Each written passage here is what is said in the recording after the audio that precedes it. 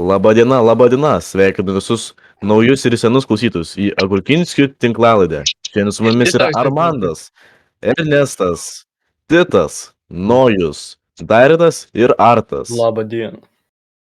Per šią tinklalaidę seriją mes kalbėsime apie Igno Šeiniaus knygą Kuprelis. Bandysime sakyti klausimą, kas suteikia džiaugsmą knygos veikėjams, Kupreliui, Ignasėliui, Gundės tėvams. Bet palaukit, dar yra mūsų šiandienos rėmėjas. Šiandienos tinklalaidę remia Raid Shadow Legends. Raid Shadow Legends yra visiškai naujas įtraukiantis RPG žaidimas, su viskuo, ko žaidėjai tikisi. Jame yra nuostabus siužetas, nuostabios 3D grafikos, milžiniškos bosų kovos, žaidėjai prie žaidėją mūšiai ir šimtai čempionų, kuriuos galite surinkti. Niekada nesitikėjau, kad mobiliems žaidimams pavyks pasiekti tokio lygio grožio. Pažiūrėkite, koks beprotiškas šių čempionų detalių lygis. Raid Shadow Legends sparčiai auga, tai tikrai turėtumėte pradėti anksti. Pradėję nuo dabar gausite didžiulį pranašumą. Taip pat artėja specialus starto turnyras su beprotiškais prizais. Ir jau neminint, šis žaidimas yra visiškai nemokamas. Taigi, eikite ir peržiūrėkite šios tinklalaidės serijos aprašymą, kad sužinotumėte daugiau apie Raid Shadow Legends. Ten rasite nuorodą į parduotuvės puslapį ir specialų kodą, kad atrakintumėte visas gėrybes. Naudodami specialų kodą galite iš karto gauti 50 000 sidabro ir nemokamą Epic lygio čempioną. Tai dar kartą labai norim padėkoti savo rėmėjams Raid Shadow Legends ir dabar galim pradėti kalbėti apie mūsų temą. Tai patį pirmą veikėją kalbėsime apie Ignasėlį. Ignasėlis yra pats pirmas veikėjas, kuris pasirodo knygoje. Ir aš manau, kad Ignasėliui, kaip ir Kupreliui, gamta suteikia džiaugsmą. Pradžioje knygos ten rašoma, kad jo tėvas jį įtikino išeiti pas Kuprelį į malūną, pasakymas, kad labai graži gamta lauke. Tai Ignasėlis eidamas galvoja, kad jinai labai graži. Jis jau seniai buvęs Lietuvoje, tai buvo pasiilgęs jos. Dar taip pat prieš Ignasėliui išeinant, jis sužinojo iš savo tėvo, kad reikės ten atsikratyti jo seno arklio, kurį jis labai mylėjo. Tai ir buvo biški nuliūdęs.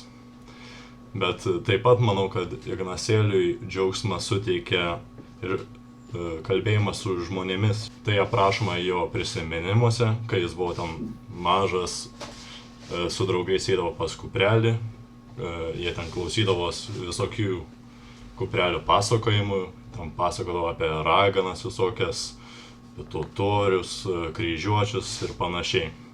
Ir taip pat tai įrodo Ignasėlio didelis noras sužinoti Kuprelio meilės istoriją. Taigi, pabaigę apie Ignasėlį, galima prieiti prie pagrindinio kūrinio veikėjo Kuprelio. Kuprelis džiaugsmą suteikia du dalykai. Vienas iš jų yra meilė.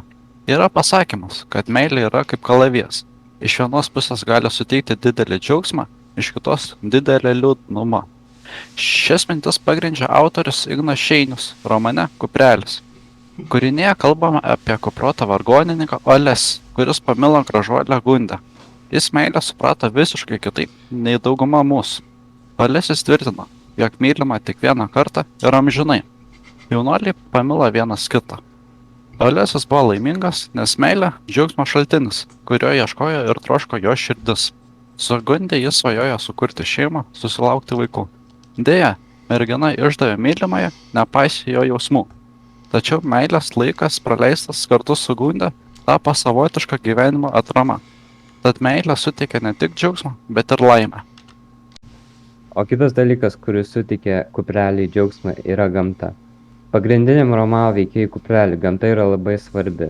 Dar besimokydamas pas Šionfeltą, Kuprelis gamtoje rasdavo ir džiaugsmą, ir sielvartą, ir nusiraminimą. Cituoju. Vasaros vakarais mėgau sėdėti prūdo krašte, žiūrėdavau tuomet į ramų vandens ribuliavimą. Į giliai paskendusius debesis, skaičiau žvaigždės danguje. Dopojau, kuris didesnis ir mažesnis. Siekiau jų kelią. Ir man tuomet atrodo, kad aš visai išnykstu, virstu kažin kuo ir aukštai įskrendu. O pasakodamas Ignasėliui apie savo meilę, Gundė apibūdina kaip ankstyvąją pavasarį, brėkštančią, žadančią. Šie palyginimai, išreikšti gamtos motyvais, yra labai jausmingi. Dabar galim pakalbėti apie kuprelio meilę Gundę. Gundei džiaugsmą suteikė meilę, kaip ir daugiausia žmonių. Gundė sutiko kuprelį bažnyčiai. Jie tapo draugais ir po truputį įsimylėjo vienas kitą. Gundė buvo labai laiminga su kupreliu, bet jos tėvams, sužinojus, kad jie draugauja, uždraudė su juos susitikinėti. Tai yra viena iš priežasčių, kodėl Gundė pamažu pradėjo nemylėti kuprelio. Po Gundės susitikimo su jos pirmąja meile, Gundės jausmai tarsi pradėjo gesti kupreliui. Akivaizdu, kad ir ją pačią pradėjo bauginti jaunojo vargonininko išvaizda, kad jai dingo rožiniai akiniai.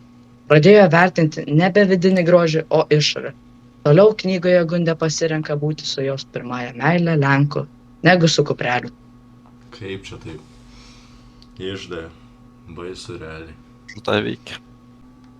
O dabar pakalbėkime apie Gundės tėvus Gervidžius. Greičiausia džiaugsmą suteikia Gundės laimė. Kiekvieni tėvai nori, kad jų vaikai būtų laimingi, bet jų noras gali ir pakenkti jų vaikams. Gervidžiai nenori, kad Gundė draugautų su kupreliu, nes jie mano, kad kuprelis netinkamas Gundei ir ji nebus laiminga su juo. Jų nesutikimas Gundės ir kuprelio santykiams yra viena iš priežasčių, kodėl Gundė paliko kuprelį. Taip pat Gervidžiam džiaugsmą suteikia patriotizmas, tėvynė, jis skaito laikraštį Varpas, lepia lietuviškas knygas, kai nebuvo leidžiama net turėti lietuviškos knygos. Kaip manote, ar Gundės tėvai teisingai pasielgė? Nu, tai galiu aš pradėti. Ką žinau, manau, kad neteisingai. Manau, kad jie turėjo tiesiog būti laimingi, nes jų dukra buvo laiminga. Ir dėl jų veiksmų kuprelis nukentėjo. Tai manau, negerai pasielgė. Labai negerai. Ar man duk, aš tam labai pritariu. Na, aš galiu pratęsti. Aš manau irgi, kad jie blogai pasielgė, nes kuprelis buvo laik mandagus jiem ir jai. Ir žodžiu, tai tėvai padarė tipo, kad jie nebesusitiktų ir kad nebūtų tarp jų komunikacija. Ir taip yra labai blogai tarp kas yra draugai ir kas yra meilė. Ačiū. Faktai. Aš manau, kad irgi pasielgė blogai, nes jie atsižvelgia į kuprelio išorę, o ne vidų. Ir meilė yra vidus, o ne išorė. Teisingai pritariu labai. Visiškai sutinku su visais teiginiais. Kiekvienas sako tiesą.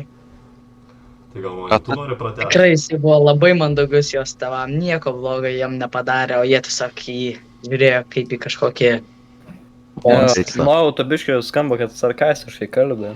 Nu, Ne, niekad. Tai gal ir tu atsakysi šį klausimą? ar tai? Tai aš pritariu jūsų faktam ir neturiu ką daugiau pridurti. Tai irgi skambi sarkastiškai. Nu, tai paskutinis likai. Ne, nieko ne. Šitą. Ką? Titas komentarų neturi, kaip matyti. Neturi komentarų? Taigi, ačiū, kad klausėte Agurkinskio tinklalaidę. Su jumis buvau aš, Ernestas, Armandas, Yes. Titas Gurskas, Nojus Baranauskas, Dairidas ir Artas. Tikrai buvau. Viso gero. Viso gero. Viso. Iki kito Bye epizodo. bye.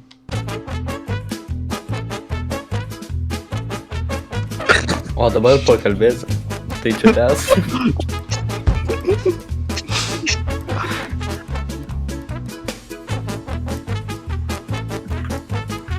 Jau pradėjau. Au. Dabar galim pakalbėti apie kuprelio meilę Gundę. Gundei džiaugsmą suteikė meilę. Kaip ir daugiausia žmonių, Gundė sutiko kuprelį bažnyčioje. Oi. Taigi, pabaigai apie Ignasėlį galime prieiti prie pagrindinio kūrinio veikėjo – kuprelio. Kupreliui džiaugsmą suteikia du dalykai. Kupreliui viena iš jų yra meilė. Yra pasakymas, kad meilė yra kaip kalavijas. Iš vienos pusės gali suteikti didelį džiaugsmą, iš kitos didelį liūdnumą. Gerai. Iš naujo reikia. O dabar pakalbėsim apie Gundės tėvus Gervidžius. Gervidžiams džiaugsmą suteikia Gundės laimė. Kiekvieni tėvai nori, kad jų vaikai būtų laimingi. Bet jų nori...